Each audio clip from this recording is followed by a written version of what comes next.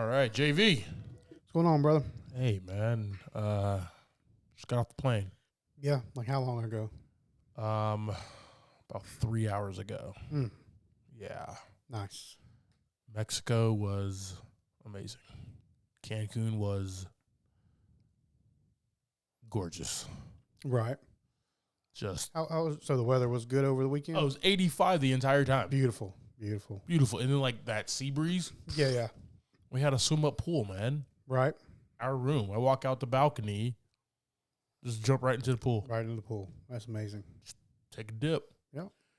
A little bit too much drinking, though. It was all-inclusive joint. I mean, why not, right? My first time at all-inclusive.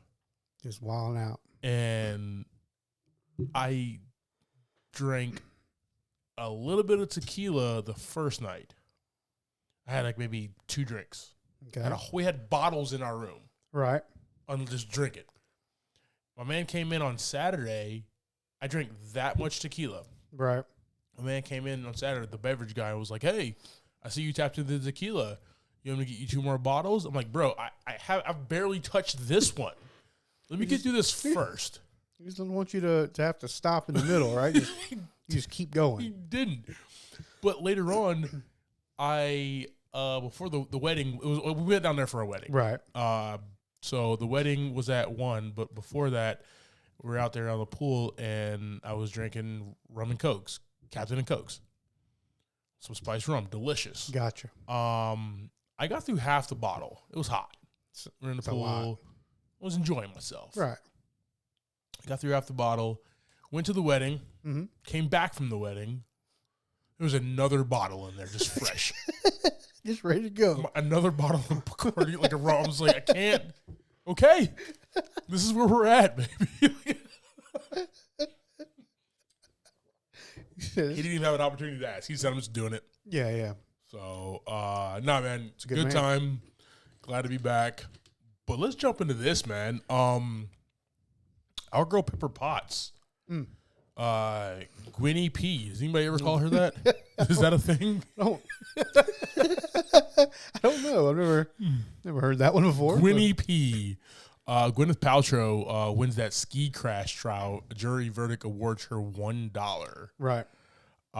Did you hear about this a few weeks ago? I saw a little bit of some video clips from the trial. Yeah. I mean, I didn't know nothing about it up until recently. I got you. Well, I'll put it like this. My man crashed into Gwyneth Paltrow. Right. And then when he found out that he crashed into Gwyneth Paltrow, he said, "Ow, ow, she crashed into me. I'm hurt." Right. If it was anybody else, he probably would have been like, "Oh, yeah, well, things happen." Yeah. But you're on a ski slope. Like, it's ski at your own risk. And this happened years ago, 16, right? 2016. Yeah. So And it's they just finished it up. I mean, I feel like, in this situation, you would know who crashed into who, right? he had like amnesia, but then he was recalling the entire incident at the same time. Right. So it's like both things can't be true. Yeah. And then he's supposedly injured and all this stuff, but he's out partying and posting on his Insta and living life to the fullest while he's supposed to be injured. And he's like having all wearing this trouble. her skincare brand Goop, stuff like that. You know what I mean? I'll put it like this, man. Because he's a doctor, so he has money. 2 rich people rocked the skiing world in 2016 with this accident. Right. Skiing will never be the same because of these 2 rich people. All right. But she won, so she got $1. I wasn't there. I just heard the stories. So, she won it. Jury gave her $1, and Cha-ching! this is where we're at. She's going to Sizzler. Right. All right. Let's move over here, man. Our boy Chad Stahelski, behind John Wick, Yes. said, yeah, we're kind of open to a 5th one. I don't know how. Yeah, I mean, if John Wick is no longer with us, if he's no longer with us, then is it still John Wick movies? Or are we seeing him before the dog dies? That too. We can get some prequels. Right. Keanu Reeves still looks amazing. Yeah, because he was already a assassin at that point. Anyways. Yeah, he was the most feared. He was retired. Yes. Right, yeah. Yes. Yeah, could do that way too. The question is this. Do you, JV, want to see more of these movies? I'll watch another John Wick movie in a heartbeat. So there's no doubt. I'll be the first one in line in the theater. I mean, I don't know what's going to come of it. It's it'll be a curiosity thing, right? We know how the movie's going to go. Yes. Typically, they could switch it up a little bit. I don't know, but I would be curious. I would love to see how he gets into this. I want to see more of this world. That's the thing. Yeah. Like, if you're going to give me prequels or give me more of this assassin world, I'm about it. Yeah. But if it's more of the same, you've hit like the precipice. You're at the top of the mountain. Right. With this type of genre and action and all these stunts and everything. Give us more of the world. Yeah, because you know what you can do technically, but because they did some of that in this one that just came out, the fourth one. Built a little bit of a world there. Still lost and about this world. Yeah, I mean, you could go back and really see like his footsteps into it. That would be dope. And him learning about this whole world that he's going to be a part of. Yeah, and that could just open the whole thing up to all kinds of other. And if we're gonna do spin-offs and stuff too, and if like let's say like Keanu Reeves does not want to do it, and like we need like a prequel, like a younger John Wick. Yeah, they can get Topher Grace. You know, Chris Pratt's going to be first one in line. I think Topher Grace. You think? Yeah. Wow, skinny, lanky guy. He was horrible as Venom. Well, he doesn't have to talk much. He's got to do some training. That's true. No, I don't know. I don't know why Topher Grace popped in my head. Hey, man. Zero clue why that just happened. Haven't seen a Topher Grace show or movie in a while. Saw him on that 90s show like 2 or 3 weeks ago. That's nice. Yeah. Nice. All right. One other piece of news before we jump into the pod here. Fantastic Four movie has a director and writer. Matt Shackman, who did WandaVision, and Josh Friedman, who wrote Avatar 2. Right. So, Fantastic Four, which I've always been a fan of this team, of this family, Marvel's first family. I like what Miles Teller and them did a couple years ago. The studio just interfered too much. Yeah, that happens a lot. It happens a lot. Now that it's in Disney, Marvel, MCU hands, it's going to be shepherded, and it's going to be a really good movie. I'm hoping and praying here. Just got to get the cast right, and we'll see what goes from there, man. Obviously, the Human Torch is always fire character. No pun intended. When was this one supposed to come out? This one is supposed to come out February 14, 2025. Yeah, so that's the release date. You know, those always shift and move there, so.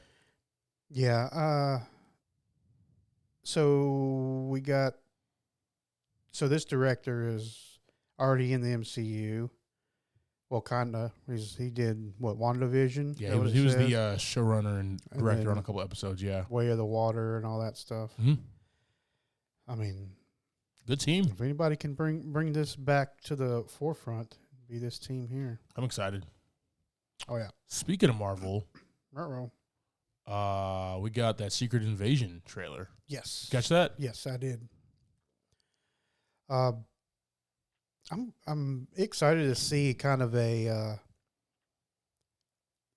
superhero-less MCU show. Yeah. Kind of shed the light on more of the Shield than the superheroes, all the superpower people, and this whole thing that goes on that the superheroes probably don't even know anything about. We've seen Sam Jackson in and out over 10 years now. Yeah. More than 10 years now, right? 2000. What 8 was the first time we saw him. Yeah, so we're way past. He's been there since the beginning. Yeah. But yeah, I'm looking forward to seeing him get a good story, man. I mean, he's been just parts of everybody's story, you know. And learning about the scrolls a little bit more and all those things we get little glimpses of. Yeah, so we get Nick Fury, Samuel L. Jackson, and the star and role in this mini-series here. And it looks dope, man. It really does. It looks like something. It takes me back to the Winter Soldier, where it was like spy, espionage. Right. We're kind of dealing with a little bit of like Men in Black because you're dealing with aliens, stuff like that. But we got a great cast, though. We have Emilia Clarke, Colby Smulders is coming back as Maria Hill, obviously Sam L. Kingsley Ben Adir is Gravik, Ben Mendelsohn, Olivia Colman, Martin Freeman, Everett K. Ross. I just love it when this guy pops up, man. Love it. Because he's just like, and we saw Don Cheadle in the trailer as well. But like Everett Ross is that CIA agent, man. One, he just looks like a badass every time. But two, like, he's quick-witted. And I love that, man. So, really don't know who they're, got the scrolls, but like, what the purpose is going to be really fun to watch. And then why must he do this himself? Right. That's another thing that's like, okay, well, you know, you basically have every superhero on speed dial, but sure. There was a flash of something there where it talked about where are all the Avengers at in the trailer. You know. Phone don't work no more. You ain't got no more minutes, bro. It ain't at past 9 p.m. yet. Sam L, what's going on? Everybody's just got a mess from their own movies they got to worry about. They really do, though. You're right. There's just messes all over the place right now. You know, everybody's off-world. Yeah, off-world, different dimensions, everything else going on. Let's hope that this brings us kind of back to ground level where we're really seeing, like I said, the Shield kind of being the starting point for all the things that are happening. Yeah. And looking over the world like they're supposed to be doing. And then, you know, the Avengers work with them. They don't, you know what I'm saying? Let's bring it back down to ground level. We've been all over the place. Which I enjoyed. That's what I really enjoyed about those, like, Netflix Marvel shows. Those are ground level heroes, man. Yeah. And this kind of does it here with a bigger budget. Yeah. So supposed to be fun stuff, man. I'm excited for this one. Oh yeah. June 21st, we'll definitely be talking about this. Right around the corner. Right around the corner. It's like 4 months away, but it's still fine. It's fine. It'll go by fast.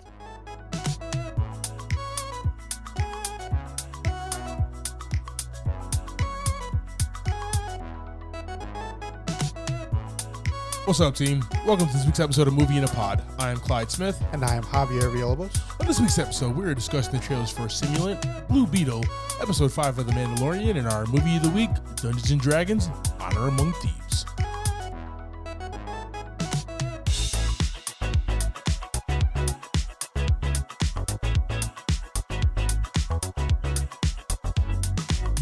Hey, team, we got some trailers coming at you. Full reactions on our YouTube page thingy. So, yeah. On the link tree in the description or the bio.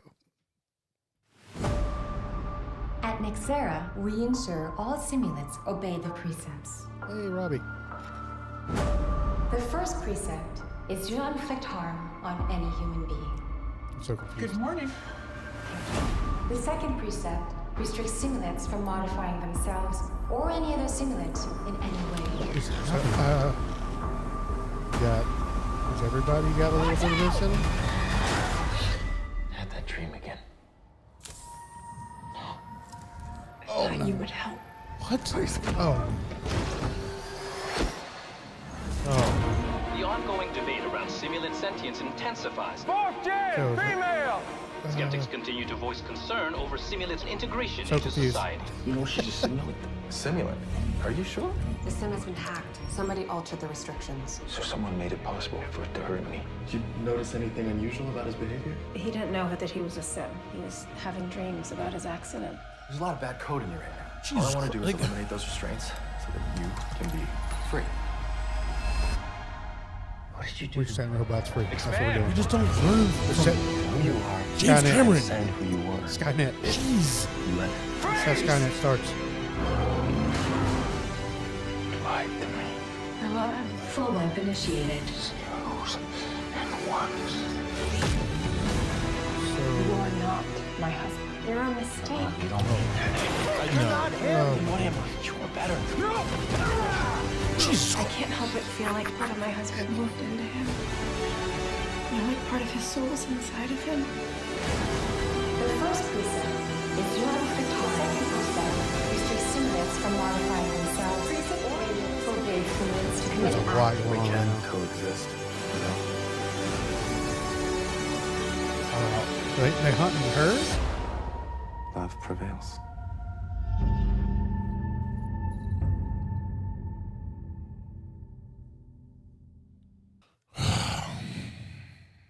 All right, team. We have a humanoid AI's attempt to win over a widow's heart places it in the path of a government agent trying to stop the rise of machine consciousness. You know who the hero is in this? Sam Worthington trying to stop everything. Right. What? We don't learn? Did Blade Runner not teach you anything? Did James Cameron's Terminator 2 Yeah. not teach you anything? Okay? I Robot. Okay? Nice one. Right? Yeah. Why do we keep doing this? The only time this has ever worked out in the human's favor, okay, is Robin Williams in Bicentennial Man, okay? The only time. It's a deep You're cut right. right there. You're right. It was a great movie. Every other one turned out bad. Terrible and awful, okay? Because even like C-3PO's an asshole, Yeah, okay? yeah, he's not He cool. pops off at the Yeah. mouth sometimes. Yeah, he needs to get some fingers taken off. Why are we trying to be this close to robots still? Yeah, this is like the step after that, right? Where it says a humanoid AI. So does that mean like it looks like some of these people are like partially robots, but I'm not real sure. It seems like this. It seems like some of them are part robot, and some of them are full robot, or they could all be all robots. I don't It seems know. like that they're full robot, but they have the consciousness of somebody who has passed away or something of that nature. But So robot robot bodies underneath. Maybe he's like a Ken doll down there. I don't know, dude. You know what I mean? You think you would notice that right off the bat? You know, The first thing. yeah, you wake up, you're like, Oh, no, that's not there. All okay. right. Whatever. We got a good cast here. I do like Jordana Brewster, Robbie Amell's doing his thing. Yeah. Simu Lee, Sam Worthington, Alicia Sands, and a whole host of other people. So we're gonna throw this on our socials. I'm not excited for this only because like I'm tired of these type of movies. Yeah. Where like somebody's gonna do something bad.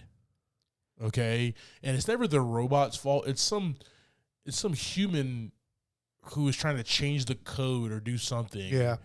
And like the story's been told so many different ways. Yeah, this so one's right around the corner too. I'm not excited for this. Well, when it comes to streaming, I might check it out. Enjoy. Yeah, I mean, you know, robot movies, whatever. Robot movies. Did you watch Megan?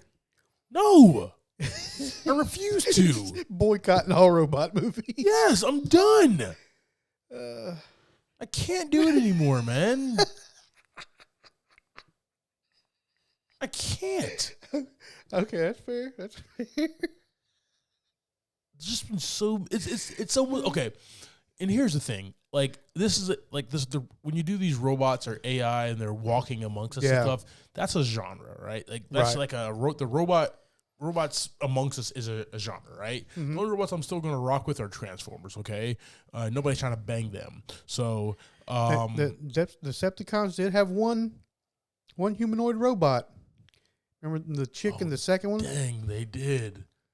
Well, I'm out. Done. Yeah, they did no more Transformers. They just did the one though. They better not have that one's not around no more. They better not have them in Beast Wars. Okay, that's all I'm saying. Rise of the Beast or whatever it is. They had just the one. Just the one. We've never seen another one. Never saw her again. With the best Transformer you could have, you never showed back up. She didn't make it, bro. Yeah, I mean, whatever. I'm saying. Yeah, and this is a genre. So like, it's just like horror movies. How we talk about like horror is difficult to make like a good one. Yeah, you know what I mean. Like I've seen this story over and over again. It just is a different spin. This sounds like it's a love robot story with like Chappie at the end, where like there's a government agent like after him. You know what I mean? Like, it's like I've seen this.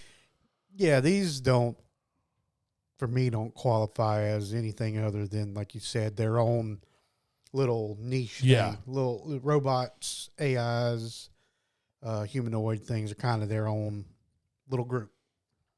And, some of them you enjoy, some of them you don't. Yeah. All right, next trailer. Yeah, let's go. Let's move on.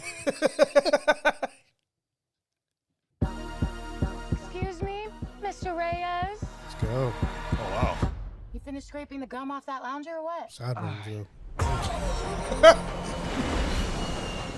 Everything right now feels so out of reach. You always land on your feet, bro. You're Jaime. They don't got much. Jenny? God, that's my life. But do not. So you get bit by the spider. To get us jobs, and all Yeah, you to got be back Spider-Man. was a Somebody just handed him something? Okay, I don't think it's a burger. You haven't looked? What the hell is that? George Lopez. With a beard. How did you get it to do that? Gangsta beard. I think he likes He has a mullet, too. He does have a bullet. He just got thrown across the room. That's disgusting. Jeez. This is a transformation right here. Yeah, no kidding. What the? Host acquired. Who said that? Uh-oh. Okay, it's gonna be okay. And he's off. Yeah, so we got some organic armor. I'm Iron Man. Oh, space. Re-entry systems ready. But I'm also kind of like Spider-Man. A little bit. This ain't what you want. This A ain't little what bit you like want. Spider-Man. Dope. What is going on? That looked good. Yeah, that was cool. Really good. It's some kind of world-destroying weapon. It's designed to protect its host. This ain't what you want. Sometimes it does what you want, and sometimes it doesn't.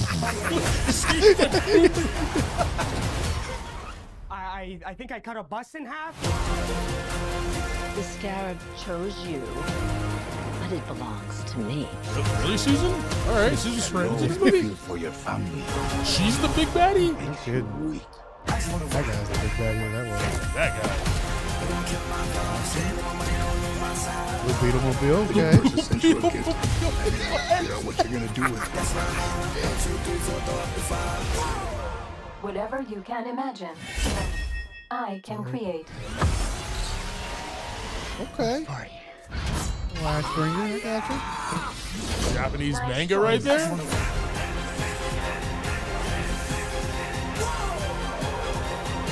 Okay. It's like Batman stuff. Batman's a fascist. All right, team. We have here a Mexican teenager finds an alien beetle that gives him super powered armor. Not really accurate. And that's not. I don't think it's. But that's what IMDb says. But that's. He seems older. He was given a beetle. The lady handed him a box of beetle. That's the part you're talking about. I'm thinking that he's not a teenager. He seems older, like he's got a job and everything. But you're talking. Get out of here. That's your focus. I mean, this is fine a beetle. He's given one. a burger wrapper. Yeah. Talk to me, brother. What are your thoughts about this trailer? You know, we've seen some trailers that come out that don't look that fantastic. Yeah. As like, especially like a first off kind of something coming out. Mm-hmm. This one looks really good. This one is definitely using some good VFX. Yeah, I think so. His suit looked awesome. That scene where he's floating above the water, that was really nice. It looked real nice. I like when he was going through the bus. Yeah. In slow-mo. Like, that was really cool. Yeah, man. yeah. That looks really something fresh and new that we've never seen before, man. Yeah. We gotta say Hispanic Mexican hero, man. Oh, Superhero. Yeah, and this is I'm not exactly sure how you pronounce his first name. Sholo, maybe something like that. I'm not sure how you pronounce his first name, but he is. His name is George. His last name is Lopez. I don't know why it's difficult. I don't know why that took you a while. He's playing Uncle Rudy with Reyes. that awesome beard and mullet. No, you're talking about the kid from Cobra Kai. Yeah, he's been on a few things. He's been in Cobra Kai. He's definitely not a teenager anymore, I don't believe. No, but I think he's like in his early 20s, maybe not even that old. Yeah. But he did great in that show, and this one looks like he's going to have a pretty good time. I saw a lot of stuff leading up to this to where he was just talking about how much he was enjoying it, and it's a comic that he enjoyed. Yeah. So when you got somebody who has some kind of investment in it, especially a younger actor. Good, because I know nothing about Blue Beetle. Neither do I. Never even knew there was a comic book hero named Blue Beetle. No clue. But the fact that he's a young Hispanic Mexican kid, like, that's dope.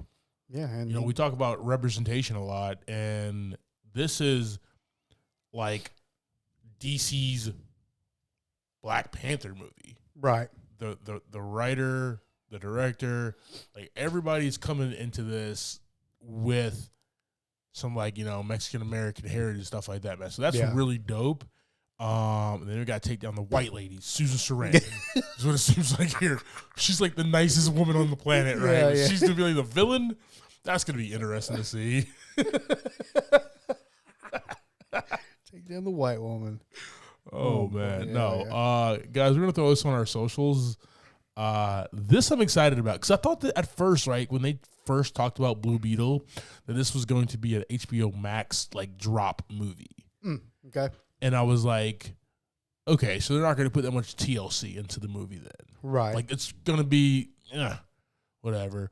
But I guess the shift. It may still be that, but. It looks dope. It looks really now. dope, yeah. yes. But the fact that they're going to drop it, they're going to IMAX it up. Right. You're going to want to see that suit in IMAX. You know what I mean? In all of its potential power. And I'm excited. You mentioned, George Lopez. I don't believe we've seen him in a movie in a minute. Yeah. Especially like a semi-action movie. So, he gets thrown around a little bit in there. That might be a good time. That like great comic relief. George is gonna kill this role, man. Yeah, he's gonna kill it. Yeah, he's his uncle too. That's the best part. He's not his dad. He's his uncle. Yeah. So he's just gonna be able to do whatever he wants to in here, and it's gonna be fantastic. Oh yeah. You just get thrown over the damn kitchen. So, guys, this one's definitely going on our socials. Let us know your thoughts about Blue Beetle. All right. Coming at you.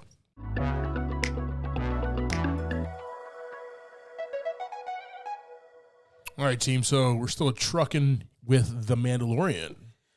Oh, yeah. Chapter 21, The Pirate. The people of Navarro need protection from a rampant pirate attacks. This episode was dope, man.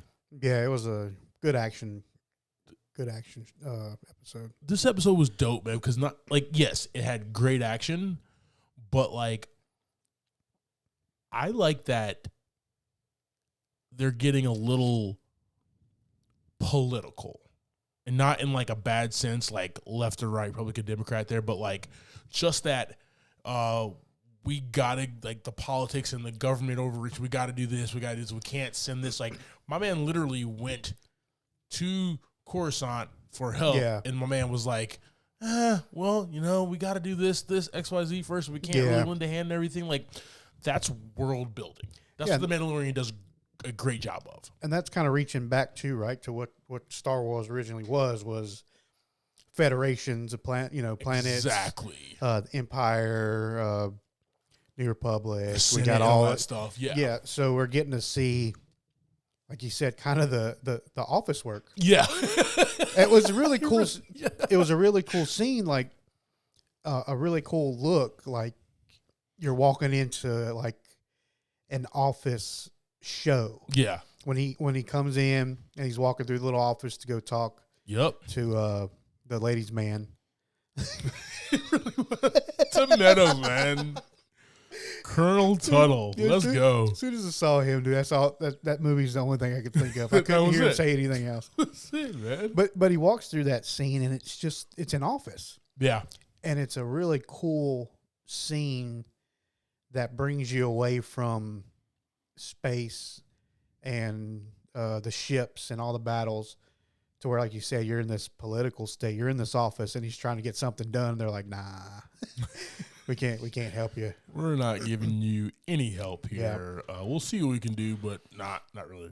Go exactly. Go kick rocks here. Yeah. But then you have on the other end here is he's not going to get help from the New Republic, so he throws in Hail Mary to Din Djarin, the Mando, the Mandalorian, and the rest of his people, and even that's kind of like a political, trying to muster things up, and you see more of the way of the Mandalorian. Like, they're holding that weird battle axe wrench type thing when they speak, and he's saying his piece, and he's gonna go, and Bo-Katan's gonna be on his side, with the rest of the people go, and you get like the big guy, and I don't know his name, the big Mandalorian with like the machine gun or whatever. I can't remember his name.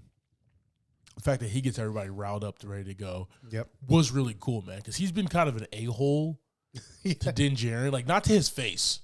Right. It's probably a bad idea, but he has been kind of he's that kid in the corner with his other buddies talking junk. Like, well, he was the one that he fought him for the Darksaber, I believe. Yes. So the fact that Mando or Din Djarin hasn't always followed the way, he took his helmet off. Yeah. That's kind of his thing, right? Yep. Like, oh, you can just do that and then come back around. I don't like that dude either. That was him. But I do like that we have a fight against these pirates, man. Yeah. And it's fun. It's one of my favorite episodes of this season. I love the strategy, the takedown. Yeah. You can't see Din Djarin in his shit, man. No, you cannot. You got Grogu in his lap. Yeah. You ain't seeing that team, bro. Yeah, the whole scene, even with Bo-Katan coming in with her ship and dropping people. Yeah, that was awesome. Like the whole plan and everything was beautifully made. It was dope in the universe, the way it went down, what we saw. Really enjoyed it. And you got the armorer coming through whooping some ass. Oh yeah, the sneak attack. I'm about it, man. What's going on with this? Elia Kane, who was in the office with Colonel Tuttle and Captain Teva. She was in the episode a couple weeks ago. Yeah, she's leading up to something bad. She's gonna do something bad pretty soon. Yeah. Because we do get a little hint about the whole what's your boy's name? Oh no. Oh yeah. Oh no. The big baddie who had the Darksaber before, right? Yeah, whatever his name was. Got something to do with that. Something's gonna go down with that. because she just keeps popping up. She had the big role in the one thing, and then we kind of just see her every once in a while now. Yeah, and I thought that was just going to be kind of like a bottled episode. Yeah. But clearly it's expanded. So yeah. Let's go. Yep. Guys, still rocking out here with Mando. Let's get it.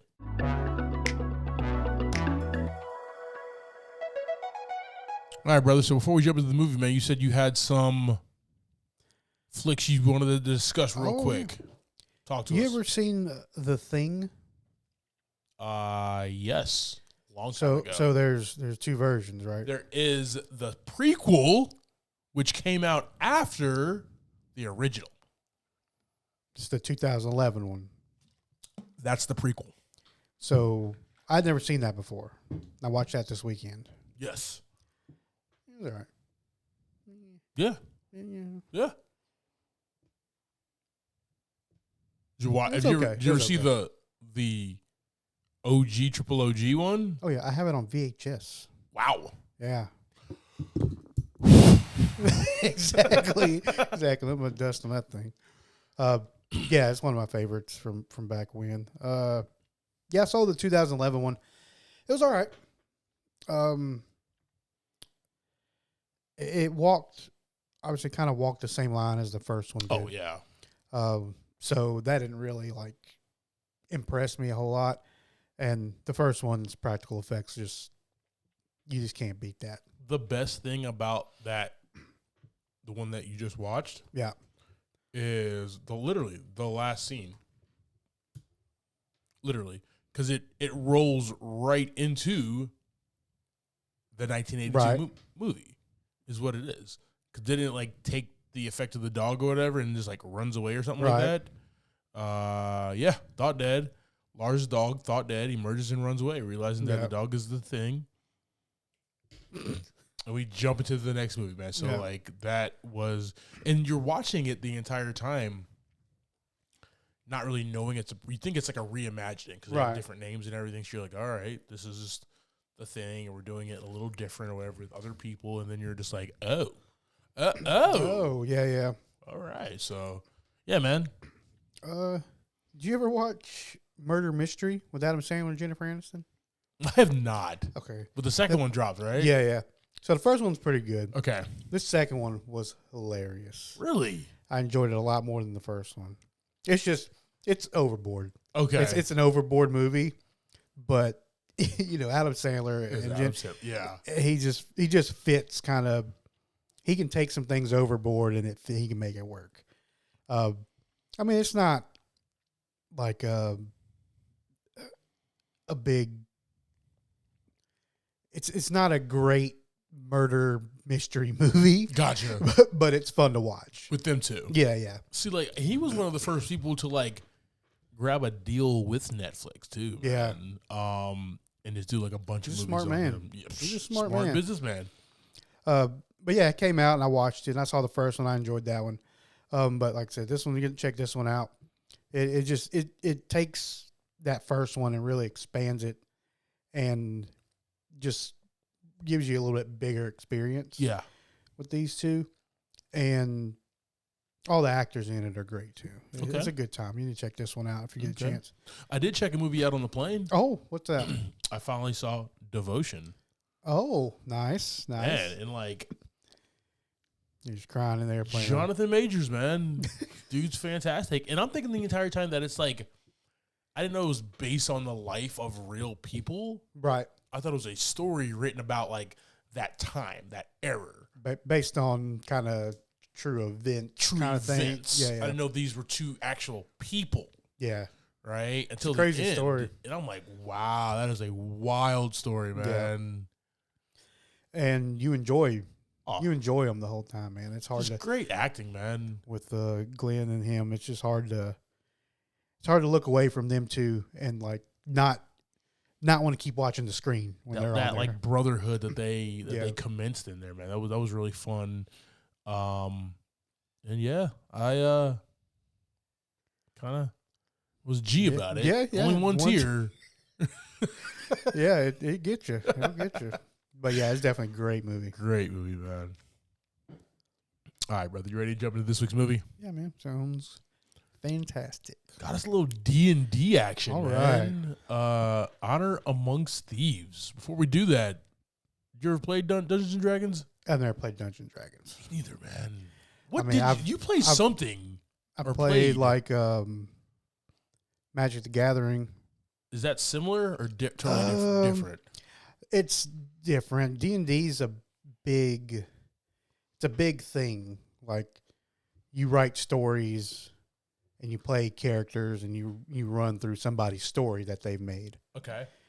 So you're basically acting out this movie. You know, your guy builds a story, builds scenes, and you go through it with them. Gotcha. When you play this game.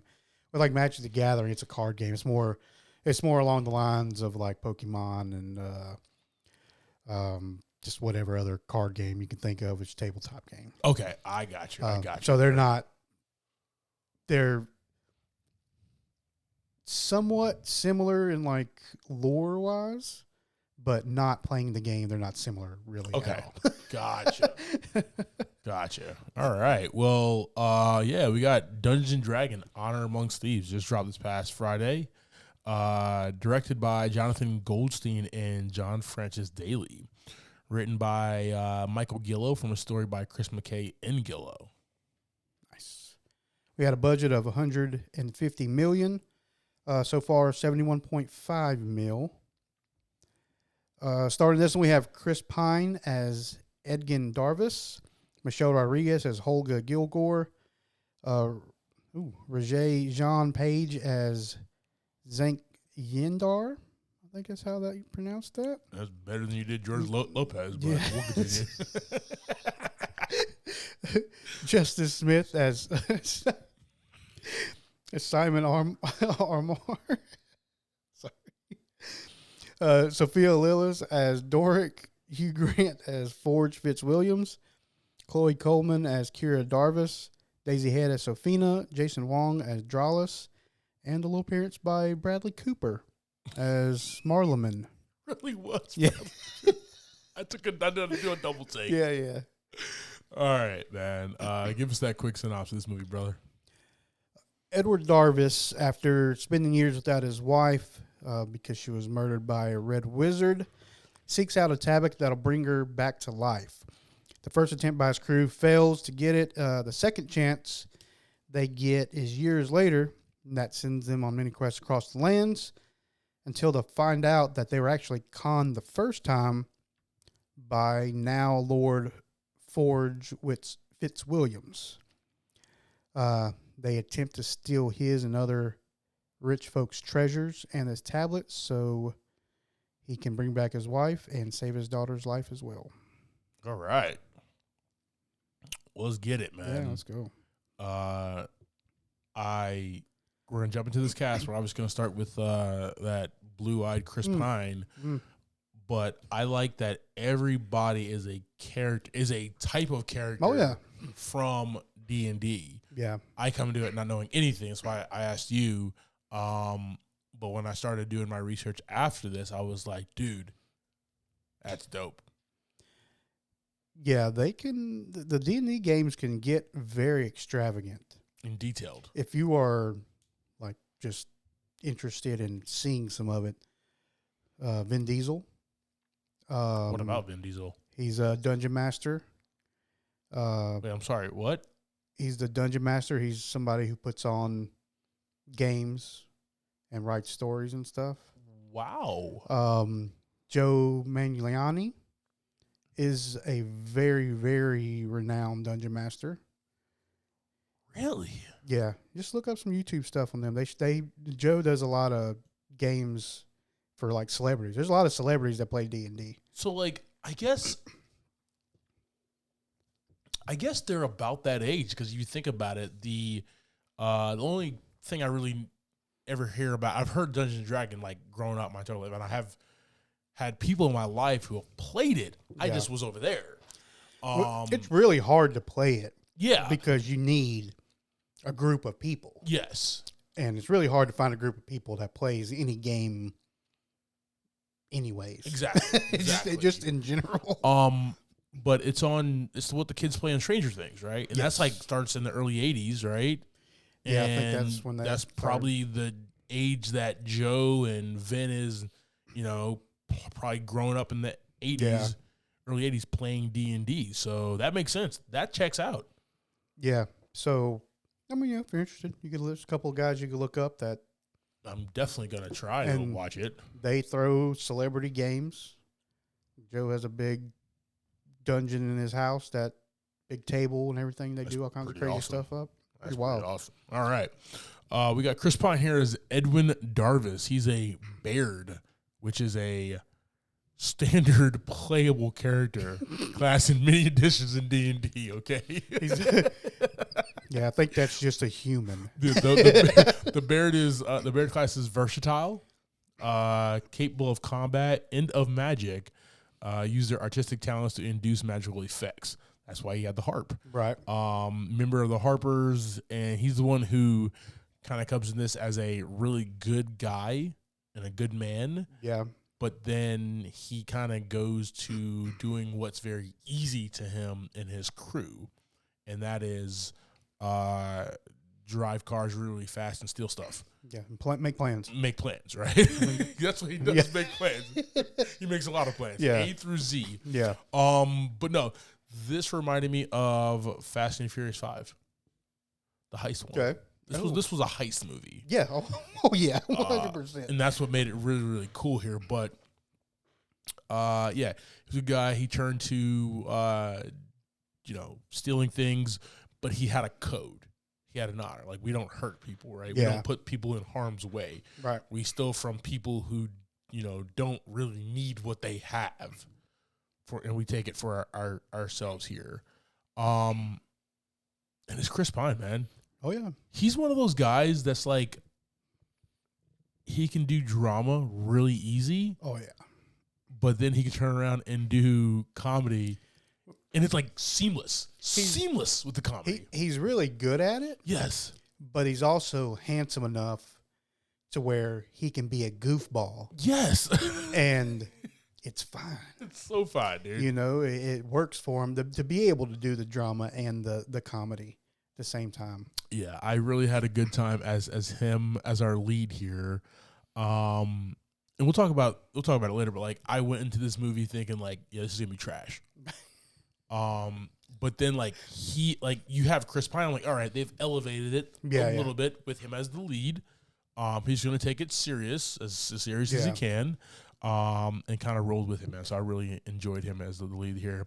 We got Michelle Rodriguez as Holga Kilgore. She's a barbarian who's another class of character within D&D here. The class was introduced in 1985 and went through a number of evolutions, but basically just like a brawler, a badass, a warrior. And all this stuff kind of rolls over into Magic the Gathering, too. That's why I can connect both of them. I got you. Because all these titles are basically used hand in hand for the most part. I got you. Yeah. I got you there. She was exiled from her tribe. She acts as the surrogate daughter of Kira, who is Edgin's daughter there. So she's there as the muscle. And that, like I said, the father figure for Kira, because Edgin was not doing well. She was the mother and father figure. Yes. There you go. Yeah, Edgin was not doing well. We got my man Justice Smith as Simon Amar, a half-elf wild magic sorcerer who's the son of a elf minster Amar, a notable wizard. Sorcerer is a playable character in the D&D fantasy role. I'm going through it, man. No, there's so many words that are being said that we've literally probably never said on this pod. Ever. And you've said them all in like one or two sentences. It's amusing. Hey, man. He's a sorcerer. A sorcerer is weak in melee combat, but a master of arcane magic, generally the most powerful form of D&D magic. Sorcerer's magic ability is innate rather than studied or bargained. I don't know really what I just read, but like I saw it on screen. So now that I think about it, this what you just said really actually goes more with like World of Warcraft. Okay. If you definitely probably never played that. Oh. That's more of what this is. D&D and World of Warcraft are kind of, when you start talking about all the different magics and stuff, that's what, if somebody doesn't play D&D, they probably played World of Warcraft. Let's move on, Clyde. Let's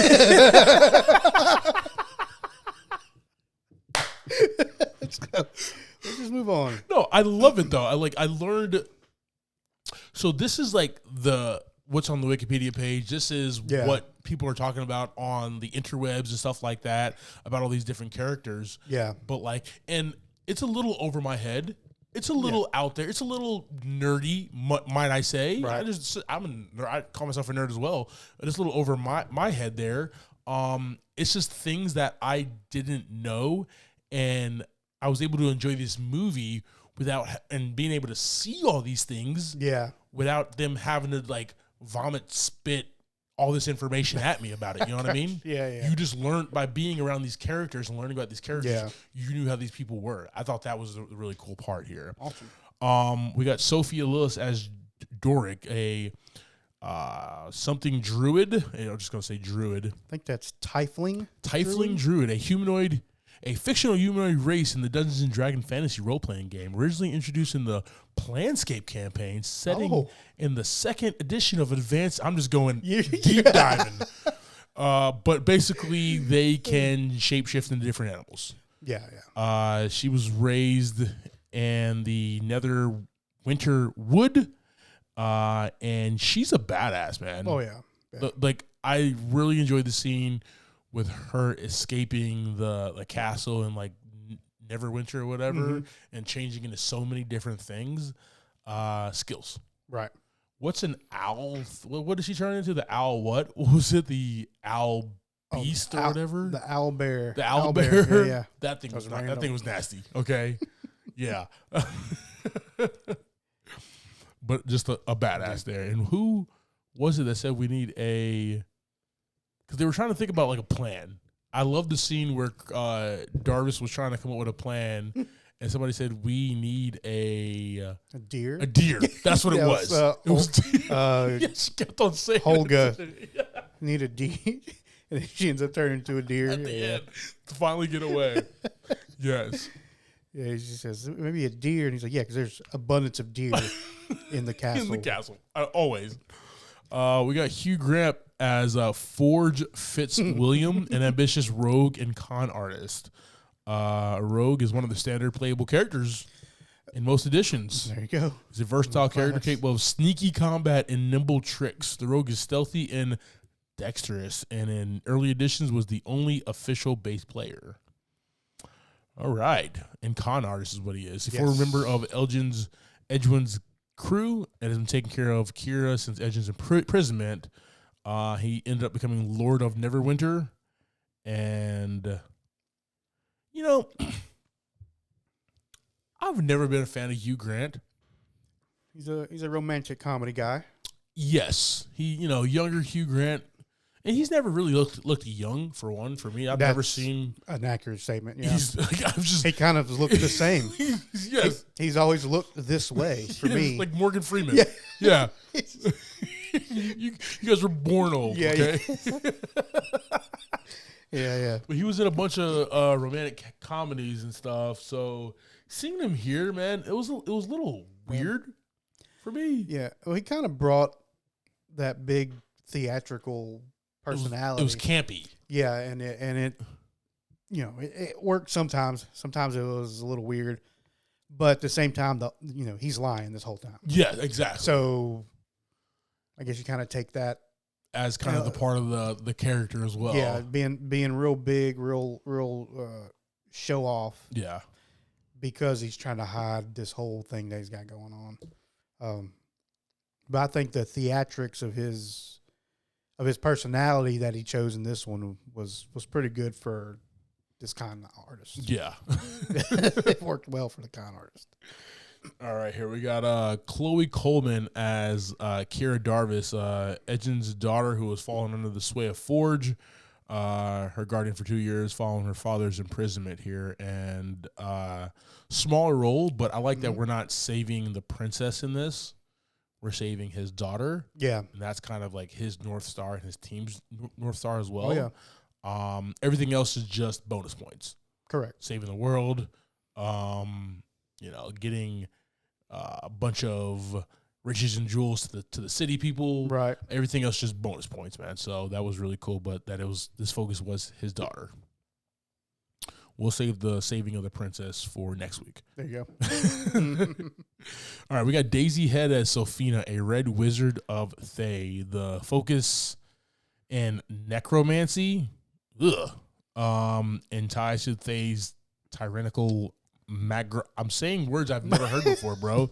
I know it. I love it. I love it so much. I love it. I thought she was a badass villain. Yeah.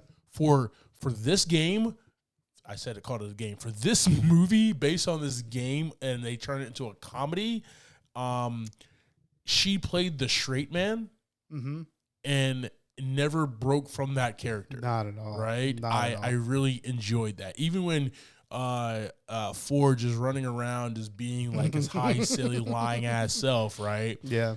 She deep down puts this man in power, hates him, basically just using him. Oh yeah. She doesn't play no games, and she's a badass in combat. And she was. Yes. Really fun to watch there. All right. I hate this guy because my wife loves this guy. Rage is Jean Page, Zank Yendar, a paladin who narrowly escapes somebody's rise to power. He ages more slowly than a normal human being there. A paladin is one of the standard playable characters in most editions of the Dungeons & Dragons role-playing game. Oh, yeah. He's a holy knight crusading, and this makes more sense now. Yeah. Reading this makes more sense about why his character was so lame, okay? It's personalities. It's so lame. These classes are personalities of characters. The paladin is a holy knight crusading in the name of good and order and a divine spellcaster. Mm-hmm. He was the biggest lame of the movie. And like he was a badass. Paladins are better than everybody else. Because they're powered by the light. They are, or they think they're better than everybody else, or both. They think that they are really. Paladins are awesome. Paladins are very powerful. Now, when you start these games, you get to choose who you want to be, or do you get bestowed upon it? I don't know specifically about D&D, but I mean, I would assume it's the same for a lot of other games. You choose a character, you choose a class. Yeah, I'm Leonardo, dude. And then you choose a class, and then you choose, different types of stats for your character. Gotcha. And then those build as you play. I want the katanas on Leo, bro. Yeah. Blue bandana. I liked my favorite scene with him is when they're trying to go get the helmet or whatever, the helm, and he's like, we got to do this, we got to jump over the 40 paces this way, right? Because that's what I know from Dungeons and Dragons. Yeah, is the elaborate whatever they have to do in the game to get to wherever they need to get to. I'm horribly explaining. You got to see a dungeon and a dragon in the same scene. Same scene, right? In right Act on 2, right? Exactly. Yeah. The whole campaign is like that, basically. Awesome, man. Awesome. But yeah, that was really fun to watch here. We do. Yeah. I was thinking, what if somebody was just in the theater like, oh, a dragon in a dungeon? It's a little on the nose. I would have loved to have heard that. I think that's what the creator's intentions were, right there, right? Where we're going to put the dragon at? In the dungeon. Yeah. Nowhere else? All right. Let's go.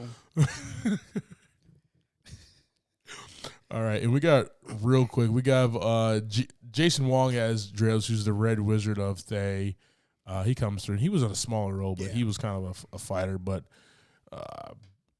Zank put the clamps down on him real quick next to the damn dragon. So then for some reason we have Bradley Cooper in this weird role. Whatever. Did you like? I first saw him. Nope. It was a wide shot. Yeah.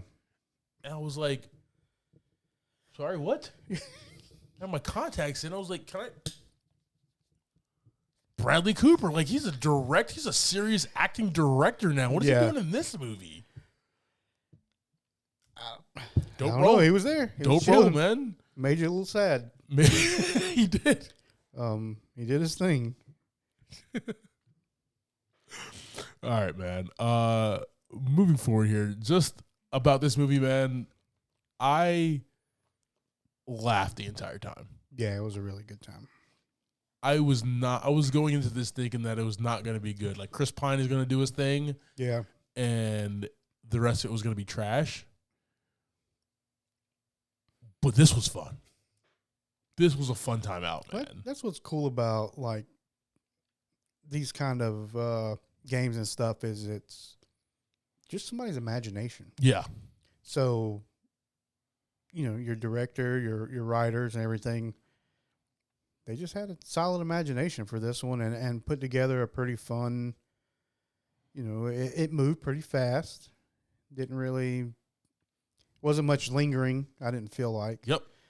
And we got to see a lot of stuff. Got to see a lot of different characters, different types of characters, different lands, all kinds of stuff like that. But that's what these kind of movies get to do is just have a good time. And if you can't, I feel like if you can't make some stuff up, then I don't understand what you can. Yeah. It should be easy. I feel like it should be easy. And you know what? Also, but I'm not a director. The writer directors, they're D&D guys. Yeah. You saw the love of this and explaining this right here, just me learning this as well. You saw the love of the game for them on the screen through these characters, right? Through this heist film. Yeah. That they did. Wasn't there a Dungeons and Dragons movie that came out like years ago? The 2000 film. There was a Dungeons and Dragons 2000 American fantasy film directed by Courtney Solomon. I don't remember that. When was it? 2000. Despite it being a box office bomb and a critical failure, Jesus Christ. A made-for-TV sequel, Wrath of the Dragon God, was released in 2005. Huh. Yes. I don't believe I saw that one. Marlon Wayans was in the movie as a rogue/thief named Snails. Actually, I may have seen that one. Now that you say that. Jeremy Irons was in the movie. Thora Birch. She was probably super young when that happened. Yeah. All right. Well, cool. But this one, though. That's why Chris Pine in it. Did not have Chris This one has Chris Pine and Bradley Cooper in it. So much sexiness happening right here, man. Gosh. Old ass Hugh Grant. I don't know how old you are, Hugh. No one knows. How old are you, bro? No one knows. He's only 62. Yeah. He's looked 62 his whole life. He's looked 62. But in a sexy way. in a very sexy way. Yeah. He was in a movie with Sandy B, man. I get it. No, man, but you just saw like the love of their love for D&D like on these pages when they were writing and making this movie, doing their storyboards and everything. I like how every character was a character in the movie, like in the game itself. Yeah. And there was no exposition about it. The wizard was literally just a kid. Yeah. And he was meek. And they scared. They just show you what they can They do. showed you their skill set Yeah. and their lack of skills and stuff like that. Yeah. Thought that was really cool, man. They really brought us into this world without even knowing. Without really even knowing that we're in this world. We were in this world. Like, it just kind of happened. Because the exposition and the way that they did it, right? I'm trying to learn about, why you're in a cell. Yeah. And then we get all this great backstory about his whole team and what everybody does. Yeah. And we get all this forward story afterwards or whatever. Yeah. And can we wait on Jonathan? Yeah. Can we just so long? my favorite, like, that's how you start a movie? Okay, deal. I had a pretty good theater for this one. Yeah, same. There was a lot of people who were like, are we going to get a group together after this to play campaign? What are we doing? Nice. Nice. Yeah, it was a fun time. Oh, yeah, man. Really, really fun there. And I went to go see it Wednesday before we left, so had a blast there. Yeah. All right, man. Talk about, like, scope and everything. It was a big budget kind of type movie, but it didn't feel like it was this big world building DC Marvel type movie, man. It actually felt like a real world. It was a fantasy land, but it felt really real. It was built. It's built like a campaign. Yes. Somebody makes you make a campaign. You don't play the same thing over and over. Okay. So you have your story and you play that story. That's kind of what they did here. And they're not called games; they're called campaigns. Campaigns, yes. Damn, I gotta get the vernacular right. Yeah. Okay. So that's exactly what you're supposed to feel. You're supposed to feel, it's a brand new world.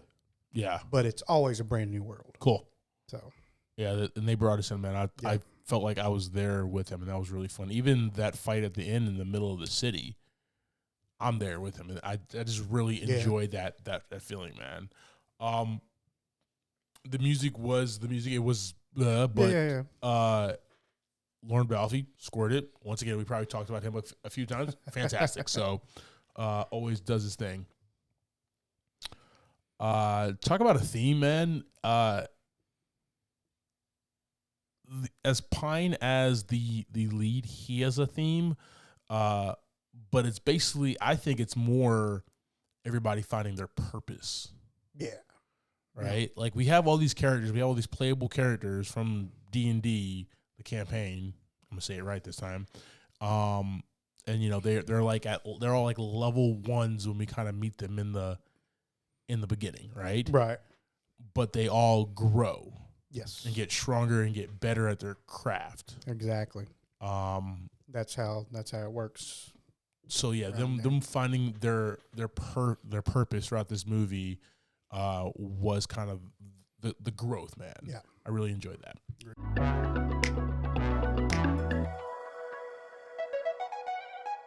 All right, team, that's our conversation about Dungeons and Dragons: Honor Among Thieves. JV, your thoughts about this movie, man? I had a really good time watching this movie. Yeah. And I'm glad you had a good time too. Dude. That makes me happy. Yeah. This one's going to get a 4 out of 5 buckets of popcorn from me. Yeah. Was fun. And like I said, it was like you were going through a campaign. You're in some dungeons, doing some traveling, fighting some people, all the fun stuff. Transformations, the spell work, all that stuff was pretty fun too to watch. It was really, really good looking movie. And this cast was awesome. They played their characters really well. And overall, just a fun time. Yeah, man. It's a great time. How about you? Yeah, brother, I'm right there with you, man. I'm going to give this 4 buckets of popcorn. Awesome. This brought me into wanting to learn more about Dungeons and Dragons. Right. Because it didn't beat me over the head with exposition. Yeah. The one thing that, as great as the movie Inception is, it's literally like exposition. It's literally Ariande, asking questions and people telling her the answers, and she's the audience asking questions. And that's how we're learning in Inception. This one, you learned about this world, you learned about Dungeons and Dragons through just these characters being themselves. Yeah. And that's what I really enjoy, man. And that's good writing. You don't assume the audience is intelligent enough to pick it up. Yeah, and it's just there. Yes. It's just there whether you like it or not. So this gets 4 buckets of popcorn from me. Chris Pine did his thing. Justin Smith also did his thing. Really enjoyed this. I would have liked to see Ray Jean Page more in the movie as like a bigger role, but I get it when you have such a large cast already, and everybody gets really good screen time. It's difficult. But we got Bradley Cooper, so yeah, we're good. Yeah, he was just kind of like a quick escort, right? And I guess if like he was in the movie the entire time, everything they were trying to accomplish would have been a lot easier. With him. And they say that. They literally say that to him before he leaves. They're like, "You come with us. We'll be fine. Yeah, you're literally an awesome fighter. You come with us. This will definitely work out." And when he's walking away from him, when they're on that little beach, he's like, "Is he gonna walk? He's walking straight. He's gonna walk around the rock. He's gonna walk around. Nope, right over the rock." It's a fun time, man. These directors did you ever see Game Night a couple years ago? Yeah, I saw that. They did that movie. Oh, okay. So now they're coming back and actually doing a game movie. I love it, man. 4 buckets of popcorn for me, brother. Awesome.